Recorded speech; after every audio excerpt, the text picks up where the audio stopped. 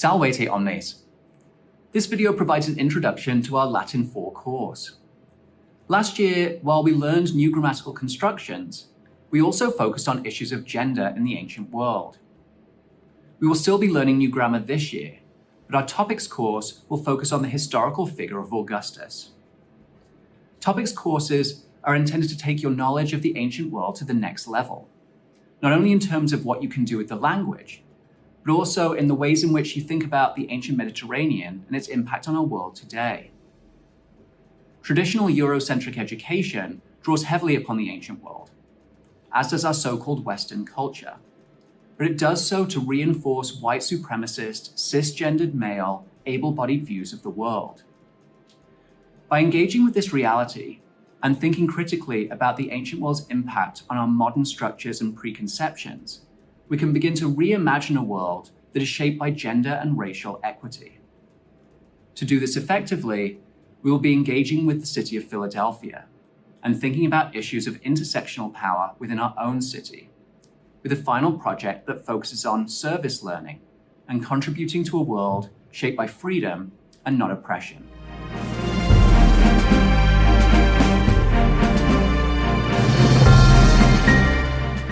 So why Augustus?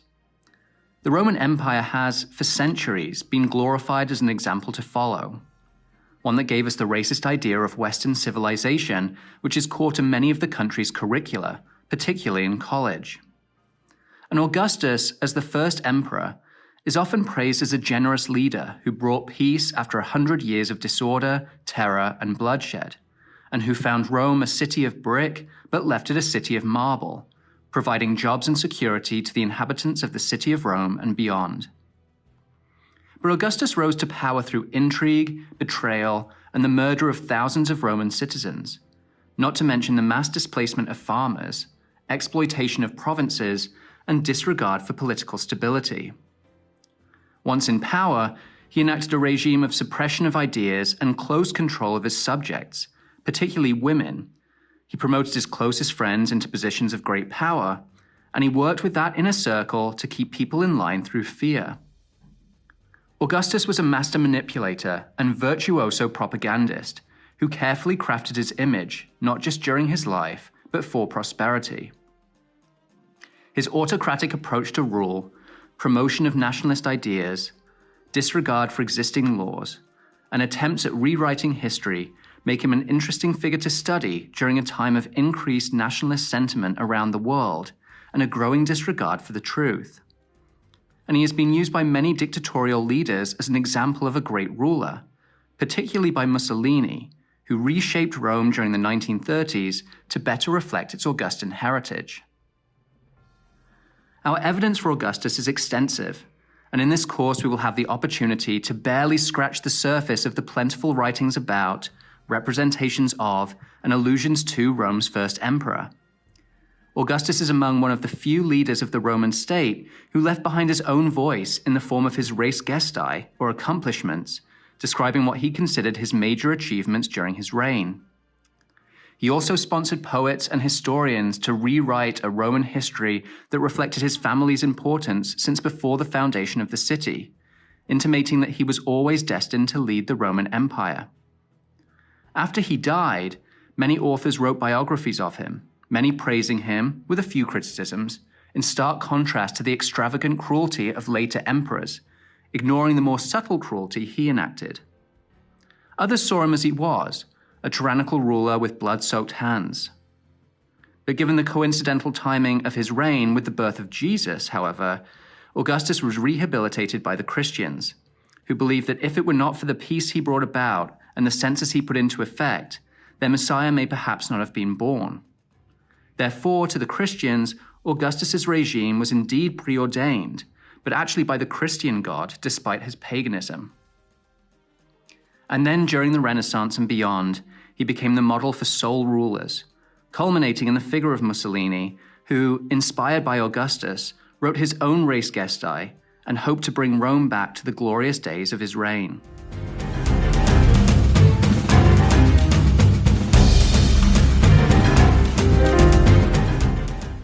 So what are some of the highlights of the course? We will begin the course considering the dangers of comparative history, but also the ways in which Augustus's reception by modern scholars and leaders can inform us about modern attitudes to rule and empire. We will look in detail at his res gestae, and in particular consider his various approaches to empire building and control of external powers, drawing contrast with the modern US. We will also consider how he was presented by writers during his own time, and how those writers, including Virgil, Horace, and Livy, shaped what I call the Augustan mystique, the idea of a benevolent leader who brought peace and prosperity, concealing the real darkness of many of his actions. We will go on to consider how these narratives were used to justify his posthumous award of godhood. We will look at the art and architecture of Augustus and the skillful propaganda he employed that helped to ensure his long and relatively stable reign and the creation of the Julio-Claudian dynasty. We will look at criticisms of Augustus by later authors, but then at his rehabilitation by the Christians through the text of the Christian writer Orosius. And we will finish the course by looking at the figure of Mussolini and his reimagining of the city of Rome, as well as the Latin of his Codex, his own version of Augustus's res gestae.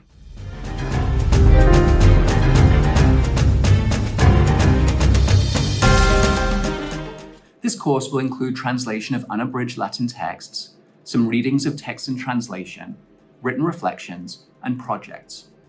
You will also be asked to put your learning to use in making a difference beyond the confines of the classroom.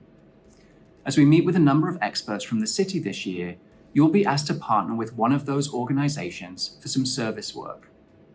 This can be done at any time during the school year. Whenever an issue speaks to you, you can take a deeper dive into that topic. This will culminate in a final end-of-year project, creating a poster describing the work you did with that organization, as well as the similarities and differences between a particular issue in the ancient world and today.